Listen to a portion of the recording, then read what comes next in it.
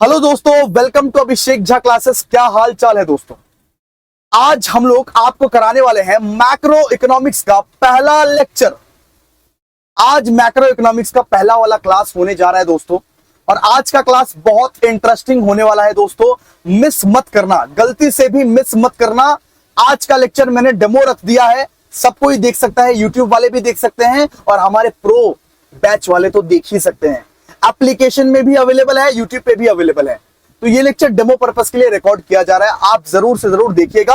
और आज हम लोग डिस्कस करेंगे मैक्रो इकोनॉमिक्स का सिलेबस, मैक्रो इकोनॉमिक्स का मार्क्स डिस्ट्रीब्यूशन, मैक्रो इकोनॉमिक्स का पूरा यूनिट नंबर 1 आज स्टार्ट कर देंगे दोस्तों। सबसे पहले दोस्तों आपको बताऊं कि आपने सेमेस्टर 1 में एक सब्जेक्ट पढ़ा हुआ था, उसका नाम था माइक्रो इकोनॉमिक्स, जिसको आप आईडीसी पेपर बोलते थे। याद है कि भूल गए? सर याद है, याद है, याद है। तो माइक्रो इकोनॉमिक्स में आपका ऐसा पैटर्न रहता था कि 50 मार्क्स का कॉलेज आपका मेन एग्जाम लिया और 25 मार्क्स का आपका इंटरनल एग्जाम हुआ। बिल्कुल बिल्कुल सेम टू सेम होने वाला है। माइक्रो इकोनॉमिक्स को बोलते हैं आईडीसी पेपर 1 और मैक्रो इकोनॉमिक्स को बोलते हैं आईडीसी पेपर 2। सेमेस्टर 2 में भी आप लोगों का सेम ही पैटर्न है। 50 मार्क्स का कॉलेज लेगा एग्जामिनेशन आपका, और 25 मार्क्स का इंटरनल एग्जामिनेशन होगा, वो भी कॉलेज में ही होगा। तो पूरा का पूरा पेपर ही कॉलेज का डिपार्टमेंट संभालेगा। और ये पेपर दोस्तों बहुत कंसेप्चुअल है, प्रैक्टिकल है। अगर आप ये सोच रहे हो कि आप विदाउट ट्यूशन ये पेपर को संभाल लोगे, आप मैक्रो इकोनॉमिक्स का पेपर को संभाल लोगे विदाउट ट्यूशन, गलत सोच रहे हो। बिल्कुल गलत सोच है तुम्हारी। नहीं कर पाओगे, नहीं कर पाओगे, बिकॉज ये सब्जेक्ट जो है ना, ये सब्जेक्ट प्रैक्टिकल है। ये सब्जेक्ट देखने में आपको थियरी लग रहा होगा दोस्तों, लेकिन इस सब्जेक्ट में ना भाई सम्स है, ग्राफ है, इतना कुछ अकेले अपने आप से नहीं होता है। इसलिए आपको मेरे से नहीं तो किसी और से ट्यूशन तो पढ़ना ही पड़ेगा, और ये सब्जेक्ट को करना ही पड़ेगा कोई भी हालत में। ठीक है, आज का लेक्चर डेमो पर्पस के लिए रिकॉर्ड किया जा रहा है, और अगर आप लोगों को हमारे लेक्चर्स पसंद आते हैं तो आप एनरोल करवा सकते हो 6291137153 पे। हम लोग प्रो बैच आपको प्रोवाइड करेंगे 991 में। पूरा का पूरा 6 महीना आपको सेमेस्टर 2 पढ़ाएंगे। हर एक सब्जेक्ट का detail lecture, notes, mock test papers, सब कुछ आपको मिल जाएगा। सब कुछ स्टार्ट करते हैं आज का क्लास। चलिए अभी आपको हम अपना टेक्नोलॉजी दिखाते हैं, हम कितना चेंज किया है टेक्नोलॉजी में, दिखाते हैं। देखो देखो देखो, सिस्टम हैंग पूरा। सुनो, सबसे पहले हम आपको अपने कलरफुल नोट्स दिखाएंगे। ये नोट्स से आज हम लोग पढ़ेंगे दोस्तों यूनिट नंबर 1, बेसिक कंसेप्ट पढ़ने वाले हैं पूरा का पूरा नोट्स से। ये नोट्स मैंने बनाए हैं सिर्फ 4 पेज में, सिर्फ 4 पेज में आपका बेसिक कंसेप्ट का नोट्स कवर हो गया दोस्तों। और इतना ही पढ़ना है, बिलीव करो 100% इधर से ही आएंगे। जो नोट्स मैं प्रोवाइड करता हूं वो नोट्स मोर देन इनफ है आपके। आपको कोई बुक्स, कोई कॉपी खरीदने का जरूरत नहीं है अगर आप मेरे नोट्स को फॉलो करते हो तो। ठीक है, तो देखिए कितना बेहतरीन नोट्स है जो सिर्फ एक्सक्लूसिवली प्रो बैच लोगों के लिए है। अभी फिलहाल प्रो बैच को ही देंगे हम। स्टार्ट करते हैं। सबसे पहले तो हम आपको सिलेबस बताएंगे। सबसे पहले मैक्रो इकोनॉमिक्स का सिलेबस सुन लो। आपको हम ऑलरेडी बताए हुए थे कि 75 मार्क्स का आपका पूरा का पूरा पेपर होने वाला है। इसमें से 50 मार्क्स का आपका मेन एग्जाम होगा और 25 मार्क्स का दोस्तों आपका इंटरनल एग्जाम होगा। और दोनों के दोनों ही एग्जामिनेशन कहां पे होंगे? कॉलेज में होंगे। इतना तो आप समझ गए थे। अब आइए सिलेबस पे। सबसे पहला चैप्टर आपको पढ़ना पड़ेगा दोस्तों, बेसिक कंसेप्ट। यानी इस चैप्टर में, इस यूनिट में आप मैक्रो इकोनॉमिक्स के बारे में सीखोगे कि क्या होता है मैक्रो इकोनॉमिक्स, मैक्रो इकोनॉमिक्स के अंदर क्या होता है, स्कोप क्या है मैक्रो इकोनॉमिक्स का, मैक्रो इकोनॉमिक्स किसको बोलते हैं, मैक्रो इकोनॉमिक्स वेरिएबल्स क्या है, ऑब्जेक्टिव्स क्या है मैक्रो इकोनॉमिक्स का। माइक्रो इकोनॉमिक्स के साथ मैक्रो इकोनॉमिक्स को डिफरेंशिएट करेंगे, झगड़ा करवाएंगे। तो आज के लेक्चर में फुल धमाका होने वाला है दोस्तों। बेसिक कंसेप्ट समझने वाले हैं, मैक्रो इकोनॉमिक्स का मीनिंग समझने वाले हैं। सबसे पहले तो आपको मैक्रो इकोनॉमिक्स का मतलब समझाऊंगा, तभी ना आप समझ पाओगे ना। Okay sir. इसके बाद दोस्तों यूनिट नंबर 2, और दोस्तों मैं बता दूं यूनिट नंबर 1 से आपका 5 से 7 मार्क्स का आएगा। एक 5 मार्क्स का क्वेश्चन पूछ लिया जाएगा और एक 2 मार्क्स का छोटा सा क्वेश्चन पूछ लिया जाएगा, इतना ही आपका आएगा। ओके, इसके बाद बहुत ज्यादा टेक्निकल चैप्टर जिसे बच्चे बहुत नापसंद करते हैं, यूनिट नंबर 2 नेशनल इनकम। इसमें न्यूमेरिकल्स भरे रहेंगे। इसमें आपको 10 मार्क्स का न्यूमेरिकल्स पूछा जाएगा दोस्तों, 10 मार्क्स का न्यूमेरिकल्स पूछा जाएगा। इससे सवाल पूछा जाएगा, पूरा प्रैक्टिकल सवाल। लेकिन ये पूरा का पूरा चैप्टर मैं ट्रिक से करवाऊंगा, चुटकियों में करवाऊंगा। अगर मैं प्रो बैच में एनरोल करते हो तो पूरा का पूरा चैप्टर दोस्तों एक सिंगल ट्रिक से हम करवा देंगे, आपको समेट देंगे पूरा का पूरा चैप्टर। नेशनल इनकम को खत्म कर देंगे आज नहीं, मतलब कि कभी जब ये लेक्चर करेंगे, सिंपल सा बात है। इसके बाद देखिए यूनिट नंबर 3 पढ़ना है आप लोगों को। यूनिट नंबर 3 से भी आपका यहाँ पे 10 से 15 मार्क्स का आएगा, ठीक है। और यूनिट नंबर 4 से आपका 5 to 10 मार्क्स आ सकता है, और यूनिट नंबर 5 से आपका 5 to 10 मार्क्स आ सकता है। तो ये 5 यूनिट आप लोगों को जस्ट पढ़ना है, 5 यूनिट। अब इसको 5 यूनिट मत समझना, इसको इतना इजी मत समझना। ये 5 यूनिट पढ़ते पढ़ते नानी याद आ जाएगी। सॉरी, ये 5 यूनिट पढ़ते पढ़ते ना भाई बहुत डिफिकल्ट होने लगेगा बाद में, ठीक है। इसीलिए मैं बोलूं पहले से ही, स्टार्टिंग से ही लेक्चर को देखो और रेगुलरली देखते रहो, ठीक है। तो पहले हम लोग ने क्या पढ़ा, बेसिक कंसेप्ट नेशनल इनकम। इसके बाद इक्विलिब्रियम वाला करना है हम लोग को, money and inflation unit number 4 में। और यूनिट नंबर 5 में दोस्तों पब्लिक फाइनेंस। जैसे जैसे चैप्टर करवाते जाएंगे उस हिसाब से हम आपको सारा का सारा कंसेप्ट डिटेल में समझाते जाएंगे। ओके सर, ओके सर, समझ गए सर। आइए अब हम लोग शुरू करते हैं अपना यूनिट नंबर 1 को। यूनिट नंबर चैप्टर नंबर 1 को शुरू करने जा रहे हैं दोस्तों। एक क्लैप बजाओ, एक तालियां बजाओ दोस्तों, स्वागत करो बेसिक कंसेप्ट का। पार्टिसिपेट कीजिएगा कमेंट बॉक्स में, पार्टिसिपेट कीजिएगा कमेंट बॉक्स में दोस्तों। आज तो यूट्यूब में फ्री है ना भाई, आज तो यूट्यूब में फ्री है, तो आप लोग प्लीज पार्टिसिपेट कीजिएगा हर एक जन कमेंट बॉक्स में। सुनिए ध्यान से। सबसे पहले दोस्तों हम आपको पढ़ाएंगे मैक्रो इकोनॉमिक्स के बारे में। मैक्रो इकोनॉमिक्स के बारे में सुनिए। मैक्रो इकोनॉमिक्स क्या होता है, सबसे पहले ये जानना आपका जरूरी है। आपको मैं जितना पढ़ा रहा हूं दोस्तों उतना ही पढ़िएगा। मैं मैक्रो इकोनॉमिक्स पढ़ा रहा हूं, अभी स्कोप बाद में पढ़ाऊंगा। सुनिए ध्यान से, पहले आप पहले रीडिंग करोगे इसको, ठीक है। यहां पे क्या लिखा हुआ है, एकदम ध्यान से, एकदम ध्यान से। Macro economics is the study of the economy as a whole. यहां पे बोला हुआ है कि मैक्रो इकोनॉमिक्स में हम लोग पूरा का पूरा इकोनॉमी का स्टडी करते हैं, पूरा कंट्री का स्टडी करते हैं एक बार में, कि हमारा इकोनॉमी कैसा चल रहा है, हमारा इकोनॉमिक ग्रोथ कैसा चल रहा है। जैसे माइक्रो इकोनॉमिक्स में हम लोग एक इंडिविजुअल के बारे में स्टडी करते थे, एक फर्म के बारे में स्टडी करते थे। मैक्रो इकोनॉमिक्स में बिल्कुल वैसा नहीं है। मैक्रो इकोनॉमिक्स में हम लोग पूरा कंट्री के बारे में स्टडी करते हैं कि हमारा कंट्री का इकोनॉमिक ग्रोथ कैसा चल रहा है, हमारे कंट्री में अनएम्प्लॉयमेंट के क्या हाल चाल है, हमारे कंट्री में इन्फ्लेशन के क्या हाल चाल है, हमारे कंट्री का ग्रोथ हो रहा है या नहीं। पूरा का पूरा ओवरऑल कंट्री के बारे में अगर बात करेंगे दोस्तों, इसको हम लोग बोलते हैं मैक्रो इकोनॉमिक्स। लेकिन माइक्रो इकोनॉमिक्स में हम लोग एक फर्म ए या फर्म बी का डिमांड या सप्लाई तय करते थे। एक सिंगल फर्म का, एक इंडिविजुअल फर्म का हम लोग डिमांड देखते थे, हम लोग सप्लाई देखते थे। यानी कि माइक्रो इकोनॉमिक्स में हम लोग सिर्फ एक सिंगल या तो एक ग्रुप ऑफ इंडिविजुअल्स का डिमांड और सप्लाई देखते थे। लेकिन मैक्रो इकोनॉमिक्स में दोस्तों हम लोग पूरा का पूरा कंट्री के बारे में पढ़ते हैं, हम लोग अपने इकोनॉमी के बारे में पढ़ते हैं, हम लोग इन्फ्लेशन के बारे में पढ़ते हैं, हम लोग बेरोजगारी के बारे में पढ़ते हैं। जहां पे जिससे पूरा का पूरा कंट्री अफेक्ट होता है, उस चीज के बारे में अगर आप स्टडी करते हो तो उसे दोस्तों बोला जाता है मैक्रो इकोनॉमिक्स। सुनिए, macro economics is the study of the economy as a whole. पूरा का पूरा इकोनॉमी का आप स्टडी जब करते हो तो उसे आप क्या बोलते हो दोस्तों, मैक्रो इकोनॉमिक्स। याद कर लो एक बार, macro economics is the study of the economy as a whole. Macro economics is the study of the economy as a whole, यानी पूरा का पूरा इकोनॉमी का आप स्टडी कर रहे हो मैक्रो इकोनॉमिक्स के द्वारा। It looks at big picture aspect, यानी कि ये एक बड़ा पिक्चर के एस्पेक्ट से देखता है।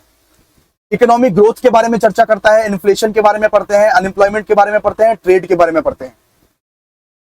यानी एक माइक्रो इकोनॉमिक्स जब आप पढ़ते हो, सेमेस्टर 1 में जब आपने माइक्रो इकोनॉमिक्स पढ़ा हुआ था, तो उसका मतलब होता है स्मॉल। माइक्रो का मतलब क्या होता है, माइक्रो का मतलब होता है दोस्तों स्मॉल, और मैक्रो का मतलब होता है बिग। तो अगर आप बिगर एस्पेक्ट से देख रहे हो, अगर आप बिगर एस्पेक्ट से इकोनॉमी को पढ़ रहे हो, तो उसे दोस्तों बोलते हैं मैक्रो इकोनॉमिक्स। आप मैक्रो इकोनॉमिक्स में इकोनॉमिक ग्रोथ इन्फ्लेशन, अनएम्प्लॉयमेंट और ट्रेड के बारे में पढ़ते हो दोस्तों। ठीक है, ठीक है। आप मैक्रो इकोनॉमिक्स में इकोनॉमिक ग्रोथ, इन्फ्लेशन, अनएम्प्लॉयमेंट और ट्रेड के बारे में पढ़ते हो। इसके बाद देखिए, इसके बाद क्या दिया हुआ है, आराम आराम से पढ़ेंगे। कोई हड़बड़ी करके आया है तो चली जाओ, आराम आराम से पढ़ेंगे, आराम आराम से पढ़ेंगे, आराम आराम से समझेंगे। It focuses on how policies like government spending, taxation and interest rates affect overall economic performance and stability. Macro economics पढ़ने के बाद हम लोग को यह पता चलता है कि किस तरीके से गवर्नमेंट स्पेंडिंग से, किस तरीके से टैक्सेशन, किस तरीके से इंटरेस्ट रेट से हमारे कंट्री का इकोनॉमिक परफॉर्मेंस ग्रो हो रहा है। किस तरीके से एक गवर्नमेंट जब स्पेंड करता है तो उससे हमारा कंट्री का इकोनॉमिक ग्रो होता है, वो चीज हम कहां पे पढ़ते हैं, मैक्रो इकोनॉमिक्स से। किस तरीके से एक सरकार जब खर्चा करता है अपनी कंट्री पे तो उससे कितना ग्रो हो रहा है हमारे इकोनॉमिकली, उसको हम लोग पढ़ते हैं दोस्तों मैक्रो इकोनॉमिक्स में। इसके बाद लास्ट में दिया हुआ है macro economics help us to understand how an entire country economic functions. Macro economics पढ़ के आपको यह पता चलता है कि हमारा कंट्री फंक्शन कैसे कर रही है, हमारा कंट्री चल कैसे रही है, हमारा कंट्री का इकोनॉमी चल कैसे रही है, हमारे पास ग्रो हो रहा है या नहीं हो रहा है, हमारा कुछ ग्रोथ हो रहा है या नहीं हो रहा है। ये सब चीज आपको मैक्रो इकोनॉमिक्स पढ़ने के बाद ही मिलता है दोस्तों। तो हम लोग ने क्या पढ़ा, macro economics is the study, macro economics is the study of the economy as a whole. Macro economics में हम लोग क्या करते हैं, पूरा का पूरा कंट्री के बारे में, इकोनॉमी के बारे में पढ़ते हैं। ये एक बिग पिक्चर को दिखाता है हम लोग को। हम लोग इकोनॉमिक ग्रोथ, इन्फ्लेशन, अनएम्प्लॉयमेंट के बारे में, ट्रेड के बारे में पढ़ते हैं, किसमें, मैक्रो इकोनॉमिक्स में।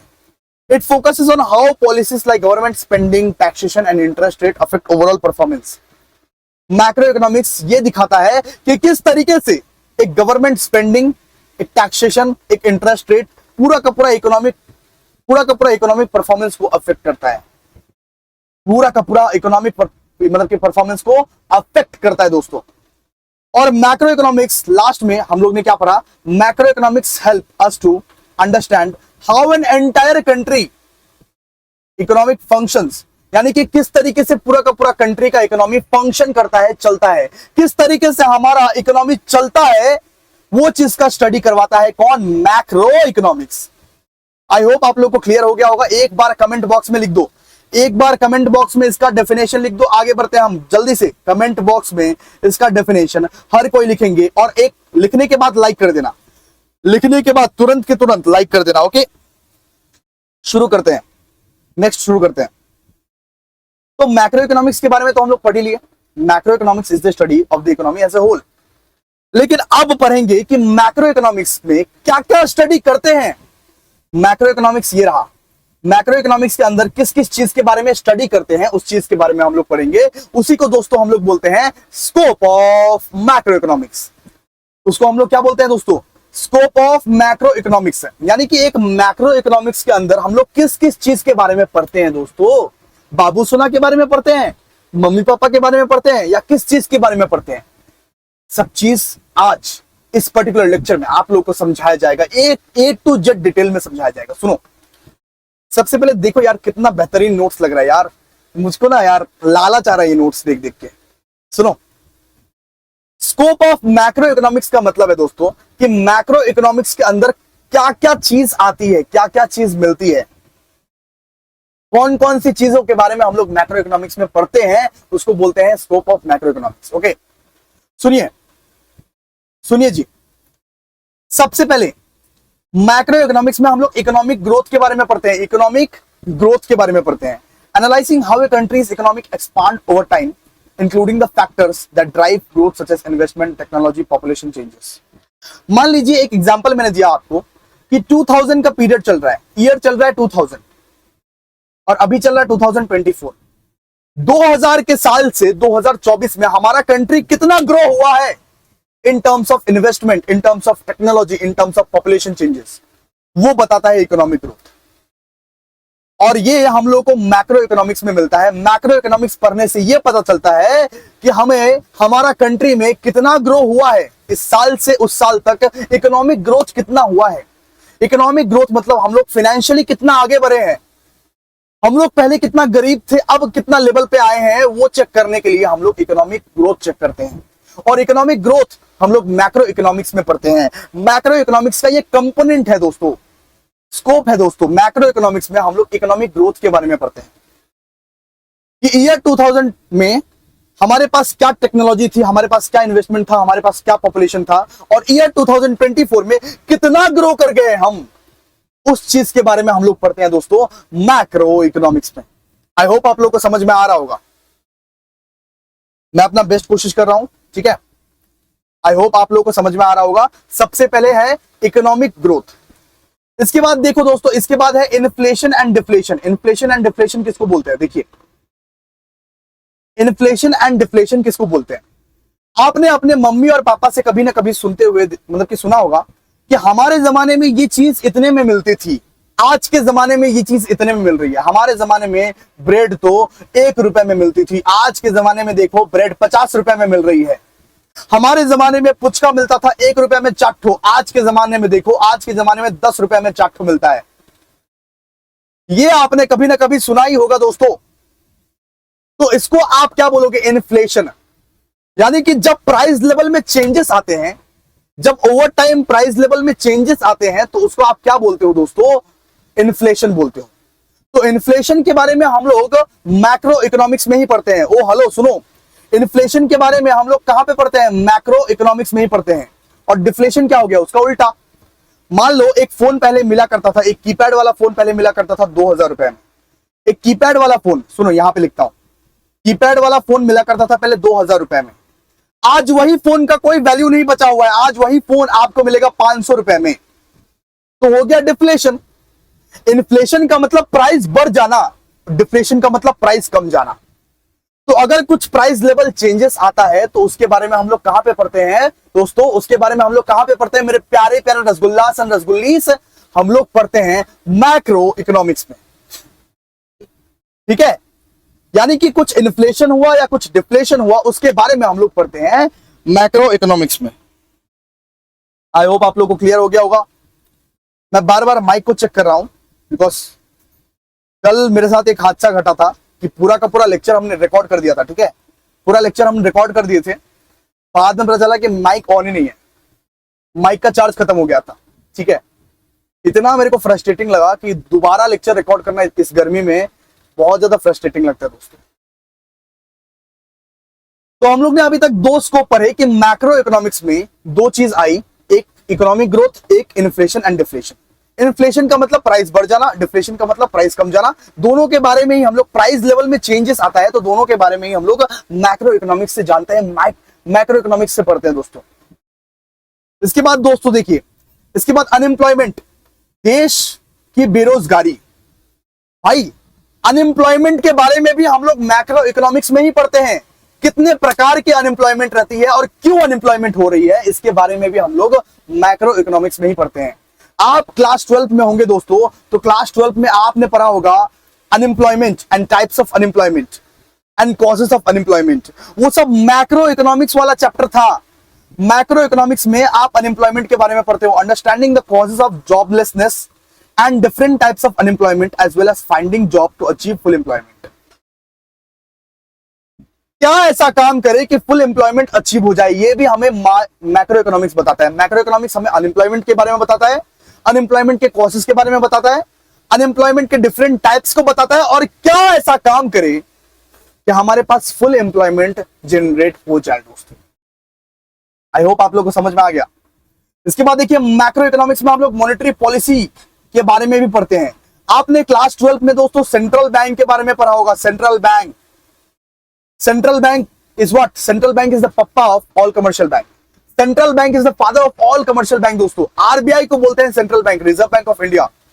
तो आरबीआई जो पैसे को मैनेज करता है, जिस तरीके से इंटरेस्ट रेट को इन्फ्लुएंस करता है, जिस तरीके से इन्फ्लेशन को कंट्रोल करता है, उसके बारे में हम लोग कहां पे पढ़ते हैं? इसके बारे में हम लोग मैक्रो इकोनॉमिक्स में पढ़ते हैं। मैक्रो इकोनॉमिक्स में दोस्तों हम लोग ये पढ़ते हैं कि सेंट्रल बैंक किस तरीके से मनी सप्लाई को मैनेज कर रहा है। अरे पैसे छापने की मशीन है सेंट्रल बैंक, किस तरीके से एक पैसे को मैनेज करता है सेंट्रल बैंक, किस तरीके से एक इकोनॉमिक एक्टिविटी को इन्फ्लुएंस करता है इंटरेस्ट रेट बढ़ा के या कमा के, और किस तरीके से इन्फ्लेशन को कंट्रोल करता है, सब चीज के बारे में हम लोग मैक्रो इकोनॉमिक्स में पढ़ते हैं दोस्तों, मैक्रो इकोनॉमिक्स में पढ़ते हैं। इसके बाद लास्ट हो गया दोस्तों फिस्कल पॉलिसी। फिस्कल पॉलिसी यानी कि क्या? फिस्कल पॉलिसी यानी कि क्या? देखिए, investigating how government spending and taxation can influence economic growth, employment and income distribution. Fiscal policy यानी कि क्या? कि गवर्नमेंट किस तरीके से अपने पैसे को स्पेंड कर रहा है, गवर्नमेंट किस तरीके से पब्लिक के, जनता के पैसे को स्पेंड कर रहा है for economic growth, employment, income distribution, इसके बारे में भी पढ़ेंगे। यानी कि मोदी जी, मित्रों, मोदी जी किस तरीके से पैसे को इन्वेस्ट कर रहा है। मान लिए मोदी जी को मिला 5 करोड़ लाख का टैक्स, इतना ही टैक्स मिलता है, और इसको मोदी जी किस किस काम में लगा रहे हैं, वो सब चीज हम लोग कहां पे पढ़ेंगे? मैक्रो इकोनॉमिक्स में। सिंपल तरीके से पढ़ा दिया हम। तो स्कोप ऑफ मैक्रो इकोनॉमिक्स में क्या क्या आया? मैक्रो इकोनॉमिक्स में हम लोग क्या क्या पढ़ते हैं? मैक्रो इकोनॉमिक्स में हम लोग इकोनॉमिक ग्रोथ के बारे में पढ़ते हैं, इन्फ्लेशन एंड डिफ्लेशन के बारे में पढ़ते हैं। इन्फ्लेशन का मतलब प्राइस बढ़ गया, डिफ्लेशन का मतलब प्राइस कम हो गया ओवर टाइम में। अनएम्प्लॉयमेंट के बारे में पढ़ते हैं हम लोग, मॉनेटरी पॉलिसी के बारे में पढ़ते हैं, और फिस्कल पॉलिसी के बारे में पढ़ते हैं। अगर कुछ डाउट्स आया तो प्लीज बैक करके वीडियो को देखो। अगर कोई और डाउट आया तो प्लीज व्हाट्सएप में मेरे को 6291137153 पे मैसेज कर दो। बिना झिझक के मैसेज करना, ठीक है? बिना झिझक के मैसेज करना, अगर प्रो बैच वाले हो तो। सुनो, आगे बढ़ते हैं, देखो आगे बढ़ेंगे दोस्तों। Macro economics variables. वेरिएबल्स क्या होता है दोस्तों? देखो, आपने कभी थर्मोमीटर देखा है?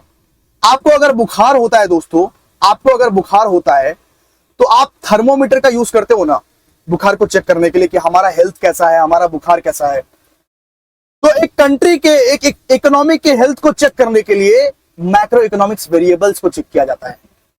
मैक्रो इकोनॉमिक्स वेरिएबल्स मतलब, मैक्रो इकोनॉमिक्स वेरिएबल्स एक इंडिकेटर्स है जिससे हमारे कंट्री के इकोनॉमी का हेल्थ पता चल सके कि हमारा कंट्री का इकोनॉमी ग्रो कर रहा है या नहीं कर रहा है, हमारा कंट्री का इकोनॉमी नुकसान में जा रहा है या फायदे में जा रहा है। ये देखने के लिए हम लोग ये वेरिएबल्स का यूज करते हैं। तो ये सब जो वेरिएबल्स हम लोग पढ़ने वाले हैं, ये पांचों के पांचों जो वेरिएबल्स हम लोग पढ़ने वाले हैं, ये इसको बोलते हैं दोस्तों मैक्रो इकोनॉमिक्स वेरिएबल्स। ये भी एक थर्मोमीटर टाइप का ही है। जैसे थर्मोमीटर लगा के आप अपना बुखार चेक कर लेते थे, वैसे ही ये पांचों वेरिएबल्स के तहत आप ये चेक कर सकते हो कि आपका इकोनॉमी, आपका कंट्री ग्रो कर रहा है या नहीं कर रहा है, हमारे कंट्री ग्रो कर रहे हैं या नहीं कर रहे हैं। ये पांचों वेरिएबल्स के हिसाब से आप चेक कर सकते हो, ठीक है? तो सबसे पहला मैक्रो इकोनॉमिक्स वेरिएबल आता है दोस्तों जीडीपी। जीडीपी के थ्रू आप चेक कर सकते हो, जीडीपी के थ्रू आप चेक कर सकते हो कि हमारा कंट्री का जो ग्रोथ है वो हो रहा है या नहीं हो रहा है। जीडीपी मतलब तो समझा दो सर। ओके सर, आइए समझाता हूं आपको। ओके, जीडीपी का मतलब हो गया दोस्तों ग्रॉस डोमेस्टिक प्रोडक्ट। यानी पूरा एक साल में, सुनो, 1 ईयर में हमारे कंट्री में सुई से लेके जहाज तक जितना भी गुड्स एंड सर्विसेज बना है, उसको हम लोग बोलते हैं जीडीपी। जीडीपी किसको बोलते हैं दोस्तों? एक साल के अंदर अंदर हमारे कंट्री में जितना भी गुड्स एंड सर्विसेज प्रोड्यूस हुआ है उनको मिला देंगे तो वो बन जाएगा हमारा जीडीपी। यानी कि लैपटॉप प्रोड्यूस हुआ, फोन प्रोड्यूस हुआ, बोतल प्रोड्यूस हुआ, ये वाला प्रोड्यूस हुआ, ये मतलब कि प्रोड्यूस हुआ, जितना भी गुड्स एंड सर्विसेज एक साल के अंदर अंदर हमारे कंट्री में प्रोड्यूस होता है, बनते हैं, उनको हम लोग बोलते हैं दोस्तों जीडीपी। जीडीपी यानी ग्रॉस डोमेस्टिक प्रोडक्ट।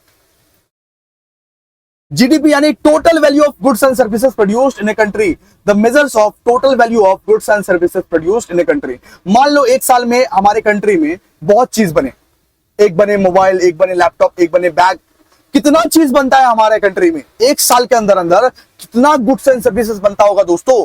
वो गुड्स एंड सर्विसेज को अगर कंबाइन कर दो तो उसे दोस्तों बोलेंगे जीडीपी, ग्रॉस डोमेस्टिक प्रोडक्ट। और ग्रॉस डोमेस्टिक प्रोडक्ट से आप ये पता लगा सकते हो दोस्तों कि आपका इकोनॉमी ग्रो कर रहा है या नहीं कर रहा है। अगर आप ज्यादा प्रोड्यूस कर रहे हो तो आपका इकोनॉमी ऑफ कोर्स ग्रो करेगा। अगर आप कम प्रोड्यूस कर रहे हो तो आपका इकोनॉमी ग्रो नहीं कर रहा है दोस्तों, ठीक है? अगर आप ज्यादा प्रोड्यूस कर रहे हो तो आपका इकोनॉमी ग्रो कर रहा है, हमारा कंट्री ग्रो कर रहा है, हमारा कंट्री आगे बढ़ रहा है। अगर हम कम प्रोड्यूस कर रहे हैं तो हमारा कंट्री आगे नहीं बढ़ रहा है। आई होप आप लोगों को समझ में आ गया होगा। तो सबसे पहला मैक्रो इकोनॉमिक्स वेरिएबल रहता है GDP, the measures of total value of goods and services produced in a country, giving an overall picture of the economic size and growth. Economy का साइज और ग्रोथ का पूरा एक पिक्चर दे देता है आपको कि देख भाई इतना ग्रो हो रहा है आपका कंट्री। ठीक है, चलिए अब नेक्स्ट आइए। नेक्स्ट है अनएम्प्लॉयमेंट रेट। अब देखो, एक देश में जितने ज्यादा बेरोजगार रहेंगे उतना ज्यादा देश फालतू है। एक देश में जितना ज्यादा रोजगार रहेगा उतना ज्यादा देश अच्छा है। सिंपल सा बात है। अगर percentage of the labour force unemployed ज्यादा रहे, अगर लेबर ज्यादा अनएम्प्लॉयड रहे, अगर हम लोग ज्यादा बेरोजगार रहे, सब कोई मान लो कि बेरोजगार रहे, मान लो कि 100 जन इस देश में हैं और 100 में से 80 जन बेरोजगार है, तो वो कंट्री ग्रो नहीं कर रही है दोस्तों। वो कंट्री का हेल्थ बहुत खराब है।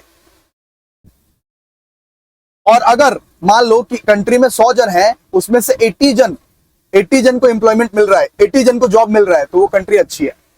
तो अगर मान लो एम्प्लॉयमेंट रेट हाई है, एम्प्लॉयमेंट रेट, मैंने अनएम्प्लॉयमेंट रेट नहीं बोला है, एम्प्लॉयमेंट रेट हाई है, तब आपका कंट्री का हेल्थ सही है। अगर अनएम्प्लॉयमेंट रेट हाई है तो आपका कंट्री का हेल्थ एकदम फालतू है, बकवास है। तो यहां पे क्या लिखा हुआ देखिए, this is the percentage of the labour force that is unemployed but actively seeking work. It indicates the availability of the jobs and health of the job market. ठीक है, अगर एम्प्लॉयमेंट ज्यादा है तो हमारी कंट्री का हेल्थ सही है, ग्रो हो रहा है, नहीं है तो ग्रो नहीं हो रहा है। इसके बाद देखो, इसके बाद डिपेंड करता है इन्फ्लेशन रेट। मान लीजिए एक सामान है, एक सामान का दाम है 20 रुपए, अब कल को उस सामान का दाम हो गया 21 रुपए, अब परसों उस सामान का दाम हो गया 22 रुपया, उसके बाद वाला दिन मतलब कि उसका मतलब दाम हो गया 23 रुपया। हर रोज 1-1 रुपया करके दाम बढ़ा रहा है। तो क्या हमारा कंट्री का हेल्थ सही है क्या? बिल्कुल नहीं सर, बिल्कुल नहीं। हमारा कंट्री हेल्दी इकोनॉमी में नहीं आता है। फिर अगर इन्फ्लेशन रेट ज्यादा है तो हमारा कंट्री हेल्दी इकोनॉमी में नहीं आता है। अगर मॉडरेट इन्फ्लेशन हो रहा है, मान लीजिए 20 रुपए अभी है, अगले साल 25 रुपया हो गया, तो वो सही है। 1 साल 2 साल बाद अगर दाम बढ़ता है किसी चीज का, वो सही है, वो एक नॉर्मल है। लेकिन अगर हर रोज दाम बढ़ता है तो वो सही नहीं है, वो एबनॉर्मल है, वो एबनॉर्मल है। ठीक है, सुनिए, this measures the rate at which general level of prices for the goods and services is rising. Inflation rate का मतलब क्या हो गया? अगर गुड्स एंड सर्विसेज का प्राइस राइज हो रहा है, अचानक राइज हो जाता है, रोज राइज होता है, तो हेल्दी इकोनॉमी को वो डिनोट नहीं करता है। लेकिन अगर मॉडरेट इन्फ्लेशन हो रहा है, मॉडरेट इन्फ्लेशन मतलब कभी कभार दाम बढ़ जाता है, वो तो एक नॉर्मल चीज है। आए भाई, एक चीज का दाम कभी कभार अगर मतलब कि राइज नहीं होगा तो क्या ऐसे ही होगा क्या? मॉडरेट इन्फ्लेशन सही है, लेकिन हाई इन्फ्लेशन गलत है। हाई इन्फ्लेशन नहीं होना चाहिए, ज्यादा इन्फ्लेशन नहीं होना चाहिए, हर रोज दाम नहीं बढ़ना चाहिए। ठीक है, इससे हमारी कंट्री हेल्दी नहीं रहती है। ओके, इसके बाद देखियो इंटरेस्ट रेट। अब देखो, कभी आरबीआई के बारे में तुमने सुना होगा। आरबीआई, मान लो आरबीआई इंटरेस्ट रेट को मतलब कि डिसाइड करता है। आप जब बैंक से लोन लेने जाते हो ना दोस्तों, उस लोन का परसेंटेज आरबीआई डिसाइड करता है। आरबीआई मान लो कि वो रेट रख दिया है 20%। बताओ लोन ले पाएंगे क्या दोस्तों? बताओ लोन ले पाएंगे क्या? हम 1 लाख का लोन लेने वाले हैं और 20,000 हमको इंटरेस्ट चुकाने वाले हैं, तो नहीं भाई, लोन नहीं लेंगे। अगर बहुत ज्यादा जरूरत पड़ा तभी लोन लेंगे। लेकिन आरबीआई सिर्फ 2% लेगा, तो हम लोग ज्यादा करके लोन लेंगे। तो अगर मान लो लोन लेके आप इन्वेस्ट कर रहे हो कंट्री में, आप स्पेंड कर रहे हो कंट्री में, आप सेविंग कर रहे हो कंट्री में, इससे हमारा इकोनॉमी ना बढ़ता है, इससे हमारा कंट्री का इकोनॉमी का ग्रोथ होता है।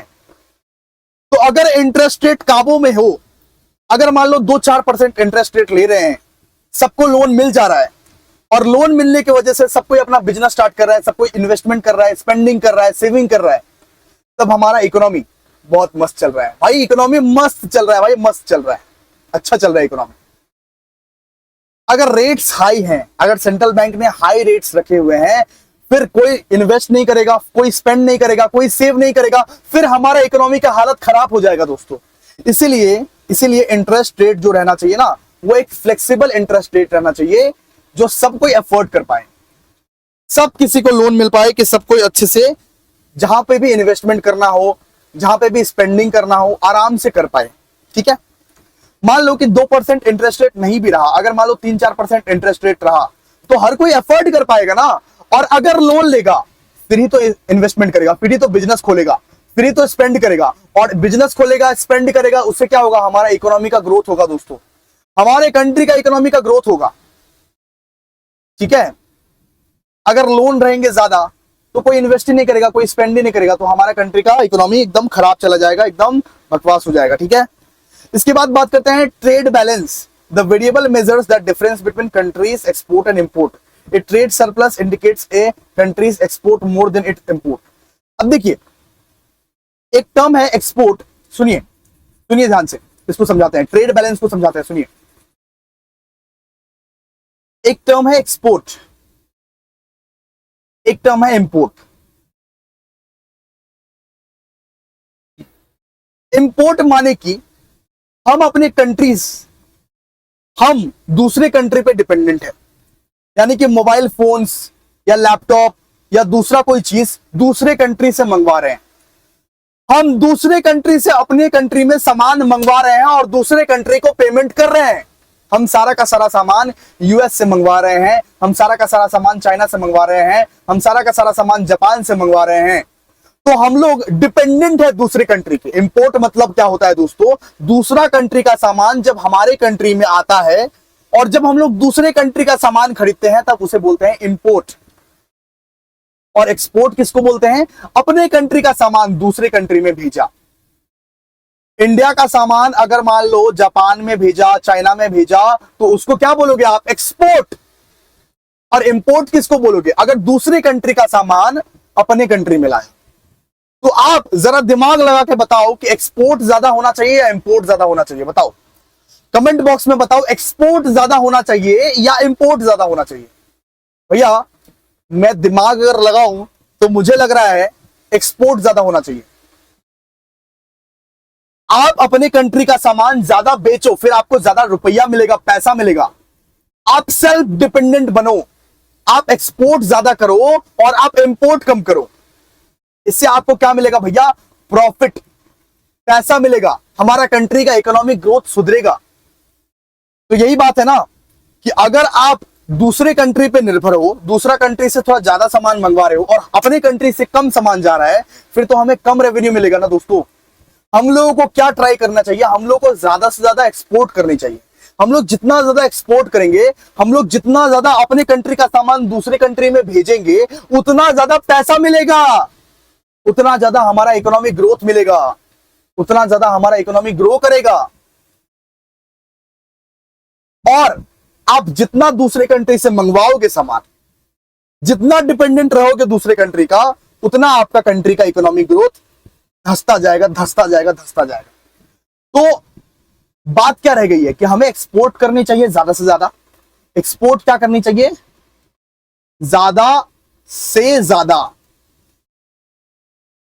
और इंपोर्ट करनी चाहिए कम से कम।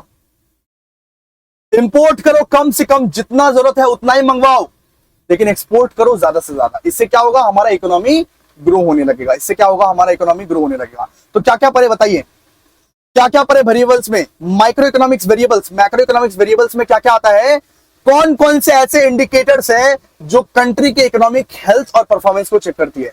सबसे पहले भैया जीडीपी, इसके बाद अनएम्प्लॉयमेंट रेट, इसके बाद इन्फ्लेशन रेट, इसके बाद इंटरेस्ट रेट, इसके बाद ट्रेड बैलेंसेस। तो आप लोग प्लीज बैक करके देख लेना अगर आपको नहीं समझ में आया होगा, अगर आपको कुछ समझने में अनकंफर्टेबल हुआ होगा। और भाई देखो, कुछ डाउट्स हो ना तो पूछ लेना 6291137153 पे, ठीक है? चलो अब पढ़ेंगे ऑब्जेक्टिव्स ऑफ मैक्रो इकोनॉमिक्स, यानी मैक्रो इकोनॉमिक्स का उद्देश्य क्या है, मैक्रो इकोनॉमिक्स का गोल्स क्या है।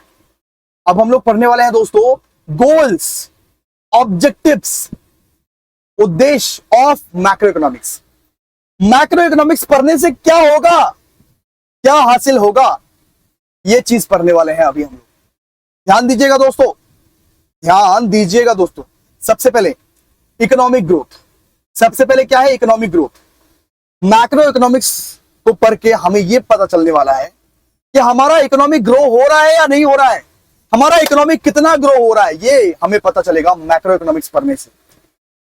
Achieving A study increase in the production of the goods and services over time. Macro economics आप अगर स्टडी करते हो तो आप ये समझ जाते हो कि हम लोग अगर प्रोडक्शन करेंगे, हम लोग अगर ग्रो करेंगे तो हमारा इकोनॉमी भी ग्रो होगा। हमारा इकोनॉमी ग्रो हुआ है या नहीं हुआ है ये चेक करते हैं सबसे पहले, और किस तरीके से हमें इकोनॉमी को ग्रो करवाना है ये चेक करते हैं। तो मैक्रो इकोनॉमिक्स पढ़ के सबसे पहले तो भैया इकोनॉमिक ग्रोथ के बारे में आपको पता लग जाता है।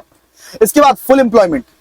फुल एम्प्लॉयमेंट मैक्रो इकोनॉमिक्स पढ़ने के बाद आपको यह समझ में आ जाता है कि किस तरीके से फुल एम्प्लॉयमेंट प्रोवाइड करें, किस तरीके से एक एक रिसोर्सेस को फुल एम्प्लॉयमेंट प्रोवाइड करें, किस तरीके से एक भी आदमी बेरोजगार ना घूमे, हर जन को 100% एम्प्लॉयमेंट मिले, 100% एम्प्लॉयमेंट मिले, ये हम इंश्योर करते हैं क्या, मैक्रो इकोनॉमिक्स से। तो इसको हम लोग क्या बोलते हैं, full employment. Striving for a low unemployment rate, यानी कि हमारा टारगेट ये रहेगा कि जितना लो से लो हो सके अनएम्प्लॉयमेंट रेट रहे, हाई अनएम्प्लॉयमेंट रेट ना रहे, कोई बेरोजगार ना मरे।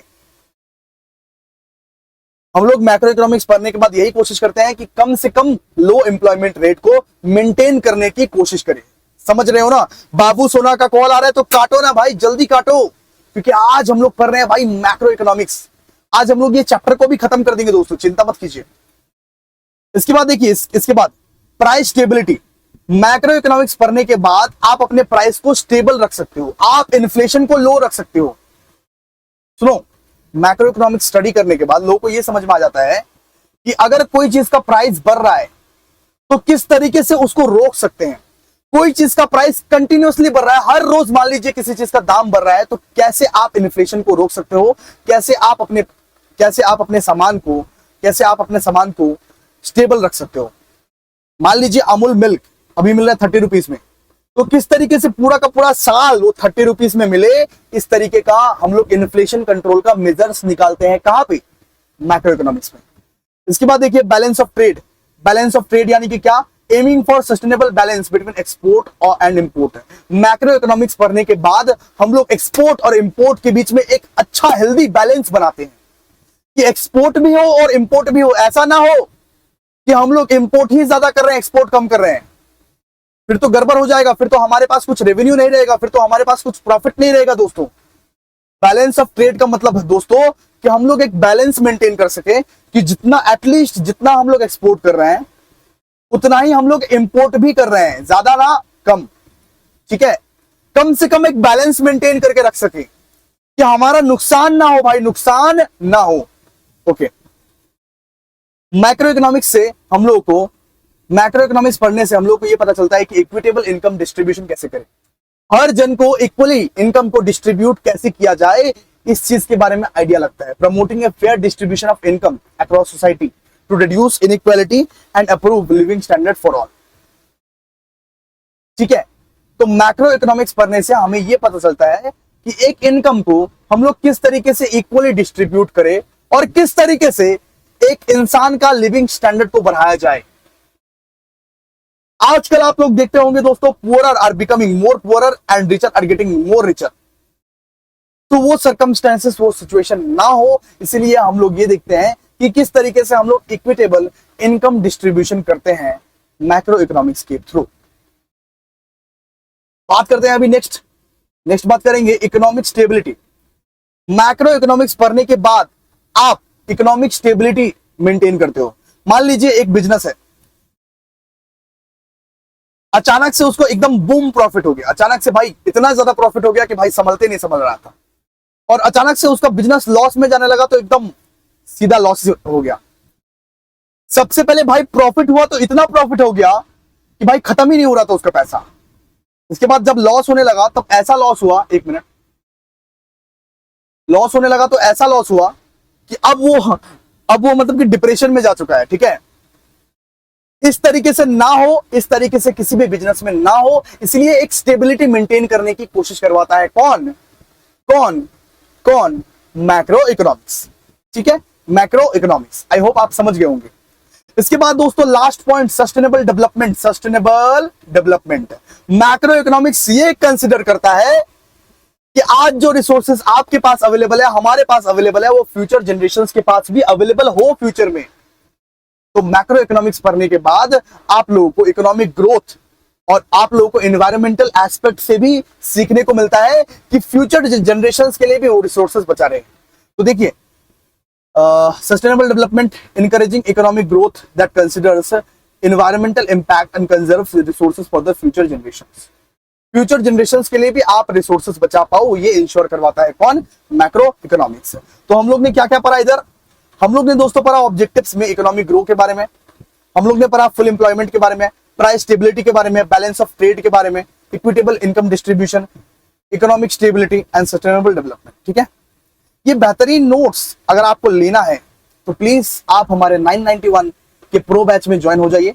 आपको सब कुछ मिल जाएगा, सिर्फ नोट से क्यों, सब कुछ मिल जाएगा, हर एक चीज मिल जाएगा। ठीक है, स्टार्ट करते हैं। अब हम लोग डिफरेंस पढ़ने वाले हैं micro economics and macro economics. अब जंग होने वाली है दोस्तों, जंग। जैसे पापा और मौसा जी का जंग होता है, जैसे पापा और चाचा का जंग होता है, वैसे ही हम लोग माइक्रो और मैक्रो को आपस में भिड़ा देंगे आज। झुट्टम झुट्टा होगा आज। सुनो, सबसे पहले बात करते हैं डेफिनेशन का। मतलब कि micro economics is the study of the economic action of individuals and small group of individuals. Micro economics वो स्टडी है, micro economics is the study of economic action of individuals and small group of individuals. यानी कि micro economics में हम लोग individuals के बारे में या तो स्मॉल ग्रुप ऑफ इंडिविजुअल के बारे में स्टडी करते हैं दोस्तों। माइक्रो इकोनॉमिक्स में हम लोग इंडिविजुअल्स के बारे में या तो स्मॉल ग्रुप ऑफ इंडिविजुअल के बारे में हम लोग क्या करते हैं दोस्तों? स्टडी। एंड मैक्रो इकोनॉमिक्स में दोस्तों पूरा कंट्री के बारे में स्टडी करते हैं। Macro economic studies the economy as a whole and not a single unit but combination of all. सिर्फ सिंगल यूनिट के बारे में स्टडी नहीं करते हैं, पूरा का पूरा चीज का कंबाइन करके हम लोग स्टडी करते हैं मैक्रो इकोनॉमिक्स में। मैक्रो इकोनॉमिक्स में पूरा देश के बारे में स्टडी किया जाता है और माइक्रो इकोनॉमिक्स में दोस्तों एक इंडिविजुअल के बारे में, एक ग्रुप ऑफ इंडिविजुअल के बारे में स्टडी किया जाता है, कुछ लोग के बारे में स्टडी किया जाता है। ठीक है, ओके। यहां पे देखिए, कंसर्न विथ माइक्रो इकोनॉमिक्स में हम लोग फर्म के बारे में पढ़ते हैं। एक पर्टिकुलर फर्म, एक पर्टिकुलर इंडस्ट्री, एक पर्टिकुलर हाउस होल्ड के बारे में पढ़ते हैं। फर्म ए के बारे में पढ़ लिया, फर्म बी के बारे में पढ़ लिया, इंडस्ट्री के बारे में पढ़ लिया। एक पर्टिकुलर इंडस्ट्री का डिमांड क्या होने वाला है, एक पर्टिकुलर इंडस्ट्री का सप्लाई क्या होने वाला है, इस चीज के बारे में हम लोग माइक्रो इकोनॉमिक्स में पढ़ते हैं। लेकिन मैक्रो इकोनॉमिक्स में बहुत चीजों के बारे में पढ़ते हैं, जैसे नेशनल इनकम, इन्फ्लेशन, डिफ्लेशन के बारे में पढ़ते हैं, नेशनल आउटपुट के बारे में पढ़ते हैं, अनएम्प्लॉयमेंट के बारे में पढ़ते हैं, मतलब कि पॉवर्टी के बारे में पढ़ते हैं। मैक्रो इकोनॉमिक्स में हम लोग पूरा कंट्री के बारे में पढ़ रहे हैं, तो of course national income, general price level, national output, unemployment, poverty, इन सब चीज के बारे में पढ़ना पड़ेगा ना रे बाबा। Okay sir, okay okay okay. इसके बाद देखिए, इसके बाद ऑब्जेक्टिव। बात करते हैं ऑब्जेक्टिव का। तो ऑब्जेक्टिव क्या रहता है माइक्रो इकोनॉमिक्स का? माइक्रो इकोनॉमिक्स का ऑब्जेक्टिव क्या रहता है? On demand side is to maximise utility. मतलब कि डिमांड साइड का ये ऑब्जेक्टिव रहता है कि किस तरीके से हम अपना यूटिलिटी को बढ़ाए, किस तरीके से हम अपना यूटिलिटी को बढ़ाए। और सप्लाई साइड का ये ऑब्जेक्टिव रहता है किस तरीके से हम मिनिमम से मिनिमम कॉस्ट में एक प्रॉफिट जनरेट कर ले, किस तरीके से अपना प्रॉफिट को मिनिमाइज कर ले। प्रॉफिट तो अब सुनो, किस तरीके से मैं अपना प्रॉफिट को मिनिमाइज कर लूं एट मिनिमम कॉस्ट। ठीक है, ये ऑब्जेक्टिव रहता है किसका? माइक्रो इकोनॉमिक्स का। और मैक्रो इकोनॉमिक्स का क्या? फुल एम्प्लॉयमेंट रहता है, price stability, economic growth, favourable balance of payment. अभी अभी पढ़ाए थे भाई ऑब्जेक्टिव्स ऑफ मैक्रो इकोनॉमिक्स, अभी अभी पढ़ाए थे ना। फुल एम्प्लॉयमेंट यानी कि अनएम्प्लॉयमेंट ना हो, प्राइस स्टेबिलिटी मेंटेन रहे, इकोनॉमिक ग्रोथ मेंटेन रहे, उसी का नाम लिख देना है। सिंपल सा बात है, उसी चीज का नाम लिख देना है। ओके, इसके बाद देखिए बेसिस। इधर सब कुछ डिसाइड करता है प्राइस मैकेनिज्म। प्राइस मैकेनिज्म के हेल्प से माइक्रो इकोनॉमिक्स में हम लोग डिमांड और सप्लाई के इंटरेक्शन के हेल्प से हम लोग डिसाइड कर लेते हैं कि एक चीज का प्राइस क्या होने वाला है, एक पर्टिकुलर प्रोडक्ट का प्राइस क्या होने वाला है। वो चीज प्राइस मैकेनिज्म से हम लोग डिसाइड कर लेते हैं कि इस पर्टिकुलर प्रोडक्ट का प्राइस क्या होने वाला है। डिमांड और सप्लाई का, यानी कि यहाँ पे डिमांड है और ये रहा सप्लाई, दोनों का इंटरेक्शन होता है। दोनों के इंटरेक्शन से हम लोग मार्केट से ही पता लगा लेते हैं कि एक पर्टिकुलर प्रोडक्ट का प्राइस क्या होने वाला है। आई होप इतना क्लियर होगा। और यहां पे बेसिस क्या है? National income, output and employment which are determined by the aggregated demand and aggregated supply. यहां पे नेशनल इनकम जो हम लोग अभी निकालेंगे, जो हम लोग नेक्स्ट चैप्टर में पढ़ने वाले हैं, national income output and employment से हमें यह पता चलता है कि पूरा कंट्री का डिमांड कितना है। यहां पे एक सिंगल डिमांड का बात नहीं करते हैं। मैक्रो इकोनॉमिक्स में हम लोग कंट्री का डिमांड का बात करते हैं, हम लोग कंट्री का सप्लाई का बात करते हैं। यहां पे आप एक सिंगल डिमांड का बात कर रहे हो, यहां पे हम लोग aggregate demand and aggregate supply का बात करते हैं national income output and employment के हेल्प से। ठीक है, इसका एजम्पशन क्या है दोस्तों? इसका एजम्पशन यहां पे माइक्रो इकोनॉमिक्स में ये एज्यूम किया जाता है कि सब लोग रैशनल है, सब लोग रैशनल है। जैसे मैं अगर आपको बोलूं कि प्राइस अगर बढ़ेगा तो डिमांड घटेगा या बढ़ेगा, आप बोलोगे दोस्तों कि घटेगा ऑफ कोर्स, तो आप रैशनल दिमाग से सोच रहे हो। अगर आप अभी बोलोगे कि प्राइस नहीं भैया, अगर प्राइस बढ़ेगा तो डिमांड बढ़ेगा, बढ़ना ही पड़ेगा डिमांड को, तो आप इरेशनल दिमाग से सोच रहे हो। अगर आप प्राइस बढ़ रहा है फिर भी डिमांड कर रहे हो तो आप दोस्तों इरेशनल हो, आप पागल हो, आपका दिमाग में लॉजिक नहीं है। आपको नहीं बोल रहा हूं, सुनो। अगर कोई ऐसा कर रहा है कि प्राइस बढ़ रहा है फिर भी डिमांड किए जा रहा है, वो इरेशनल तरीके से बिलीव कर रहा है, बिहेव कर रहा है। और माइक्रो इकोनॉमिक्स में ये एजम्पशन किया जाता है, ये एज्यूम किया जाता है कि हर एक इंडिविजुअल रैशनली बिहेव कर रहा है, हर एक इंडिविजुअल अपने दिमाग का लॉजिक को यूज कर रहा है। ठीक है, ओके। यहां पे aggregate volume of output of an economy the extent of which it is resources are employed, यानी कि उतना ही आउटपुट को बनाएंगे जितने आउटपुट से रिसोर्स को एम्प्लॉयड कर दिया जाए। हर एक रिसोर्सेस को आप बेस्ट तरीके से यूज करोगे, ये आपको बताता है मैक्रो इकोनॉमिक्स। इसके बाद लिमिटेशंस क्या है? इसके लिमिटेशंस आपको नहीं पढ़ने हैं, बस इतना ही आप पढ़ लेना, काफी है आपके लिए। ठीक है, देखो पूरा का पूरा माइक्रो इकोनॉमिक्स का फर्स्ट यूनिट हम लोग कवर कर लिए। आज का यूनिट तो थोड़ा इजी था, इसलिए एक क्लास में हम लोग कवर कर लिए दोस्तों। लेकिन दोस्तों ऐसा हर रोज नहीं होगा। नेशनल इनकम में हम लोग को करीब करीब नहीं तो 6-7 क्लास लगेगी। नेशनल इनकम बहुत बड़ा चैप्टर है, तो हर हफ्ते में हम लोग का एक क्लास हुआ करेगा मैक्रो इकोनॉमिक्स का। प्रो बैच वाले को जल्दी से शेड्यूल दे दिया जाएगा। और ये नोट्स बहुत बेहतरीन है। एडमिशन के लिए आप व्हाट्सएप कीजिए हमको 6291137153 पे। अगर आप लोगों को, अगर दोस्तों आप लोगों को एडमिशन लेना है, अगर आप लोगों को एडमिशन लेना है तो जल्दी से कॉल कीजिए, व्हाट्सएप कीजिए 6291137153 6291137153 पे अगर आप व्हाट्सएप करोगे तो आपका स्लॉट्स जल्दी बुक हो जाएगा। बिकॉज लिमिटेड स्लॉट्स है हमारे पास, 450 बच्चे ऑलरेडी इनरोल हो चुके हैं। इसलिए आप लोगों को बोल रहा हूं कि जल्दी जल्दी इनरोल करवा लीजिए, बिकॉज 991 में आपको शायद ही कोई ऐसा डील मिल सकता है जो इतना बेहतर हो। तो थैंक यू सो मच, मिलते हैं नेक्स्ट वीडियो में, तो बाय। और ऐसे ही चैनल को देखते रहिए। Thank you so much.